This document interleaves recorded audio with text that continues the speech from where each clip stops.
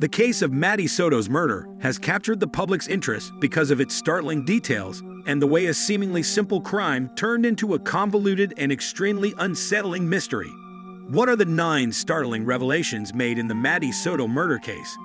These 9 startling revelations came to light during the course of the investigation and trial. Number 9. The unexpected perpetrator.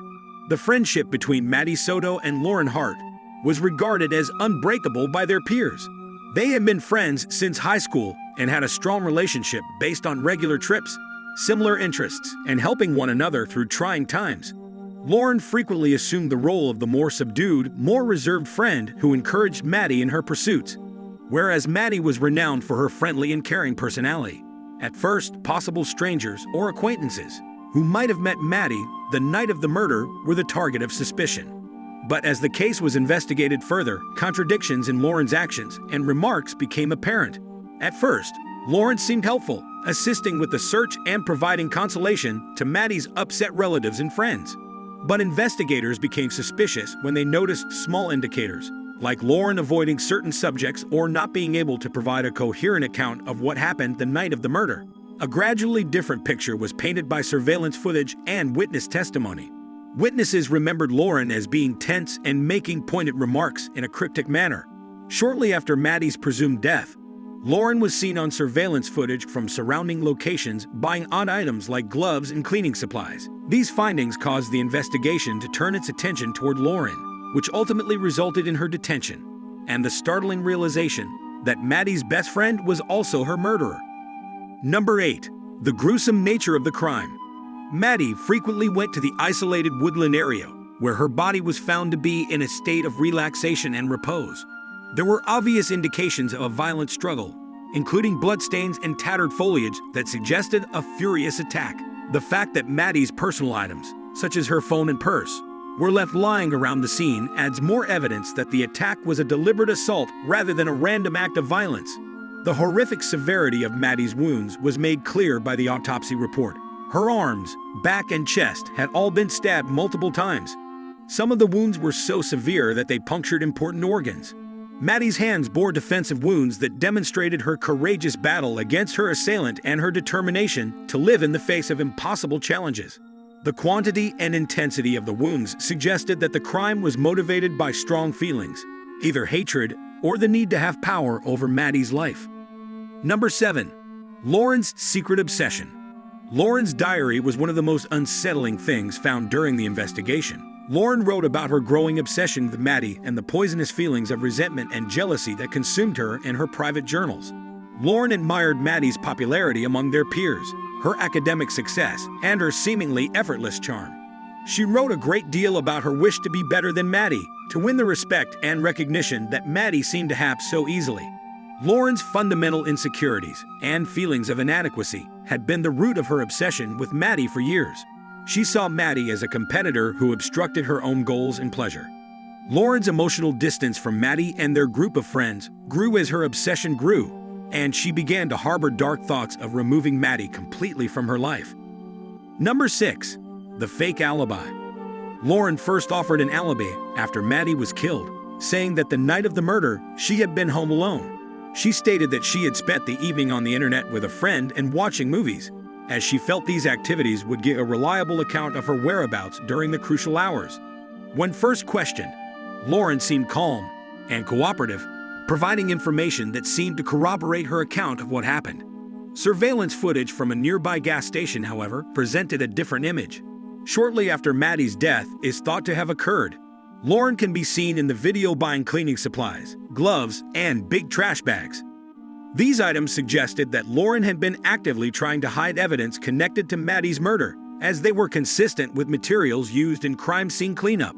The disparity between Lauren's account of what happened and what was seen on camera turned out to be a crucial piece of evidence that damaged Lauren's reputation and linked her to the crime. Number 5. Social media betrayal. Lauren's creation of a fictitious social media account exposed another unsettling facet of her actions. Lauren sent Maddie hateful and fraudulent anonymous messages under a false identity. The messages, which were intended to damage Maddie's reputation and undermine her self-esteem, varied from mild threats to outright slander.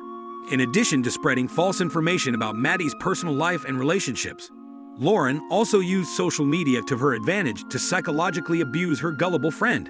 As the messages got more frequent, Maddie became increasingly distressed and perplexed. Since she didn't know who was really causing the harassment, she told Lauren about the harassment she had been receiving online, hoping for consolation and assurance from the person she considered to be her closest confidant. Maddie had no idea that Lauren's deliberate deceit had further undermined her confidence and made her more susceptible to manipulation. In the days preceding her untimely demise, Maddie's emotional susceptibility was heightened by the psychological effects of her cyberbullying.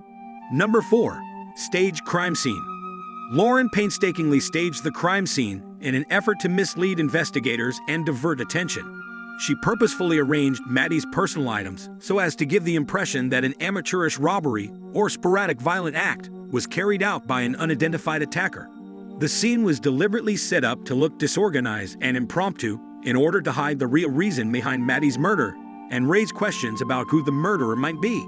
Inconsistencies in Lauren's staged scenario were quickly revealed by forensic analysis of the crime scene, despite her best efforts to create a credible narrative.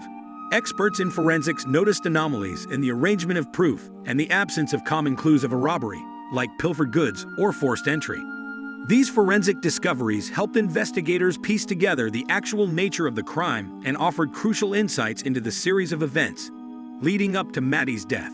The painstaking preparation and execution of the fake crime scene highlighted Lauren's deliberate desire to mislead and avoid responsibility for her horrible deeds. Number 3. Psychological manipulation. Lauren used psychological manipulation as a means of controlling Maddie's feelings and choices throughout their friendship.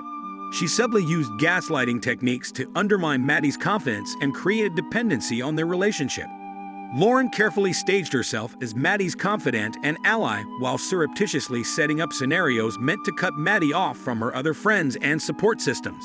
There was a power and influence disparity in Lauren and Maddie's toxic relationship. Because of Lauren's manipulation, Maddie developed a dependency and emotional vulnerability, depending more and more on Lauren for approval and direction.